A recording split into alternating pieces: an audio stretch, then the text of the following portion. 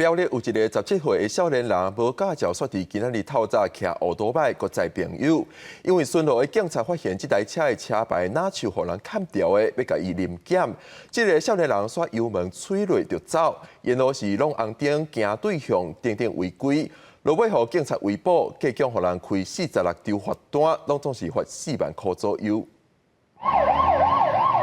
半暝伫街路小立，警察车一直等。苗栗县后龙镇第二天要讲，一个17岁姓林的少年骑机车载朋友小酒出来佚佗，车牌要用替补打掉咧。结果经过第一线时，互正伫顺路的警方要甲抓来检查，姓林的少年随加速逃走，沿途一直违规，规路拢是哔哔啊声。来回追逐，但是就是不知道什么事情。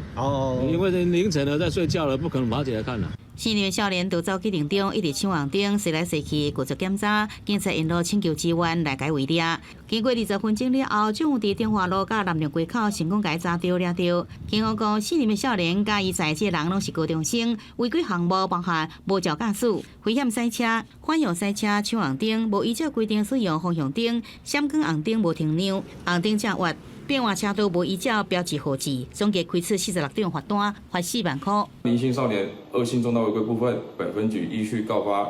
闯红灯等46张交通违规告发单，另涉嫌少年事件处理法及刑法公共危险部分，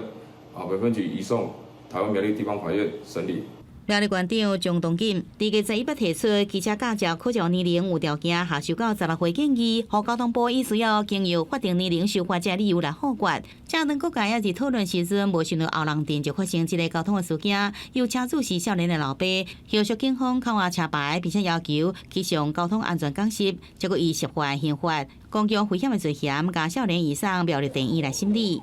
记者综合报道。